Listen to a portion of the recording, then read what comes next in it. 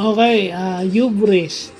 Hubris is arrogance, conceit, at overconfidence. So kung ayaw mong gumamit nun, pwede kang gumamit ng hubris o yung conceit.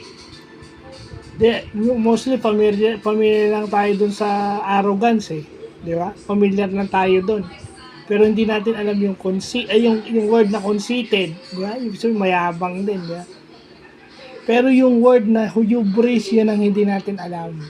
So yan, maganda na lumalawak yung ating vocabulary. I mean, yung mga journalist kasi, whether sa sports or sa current events, may mga words silang ginagamit na entices you to Google kung anong meaning nun. Kasi baka yun ang gagamitin, hubris, akala nyo okay lang yun. Iaano nyo sa debris kasi kung hindi nyo alam. Pero kung hindi, kung research nyo, ibig sabihin, mayabang yun. Kaya maganda at lumalalim yung ating English vocabulary. So, yun lang po.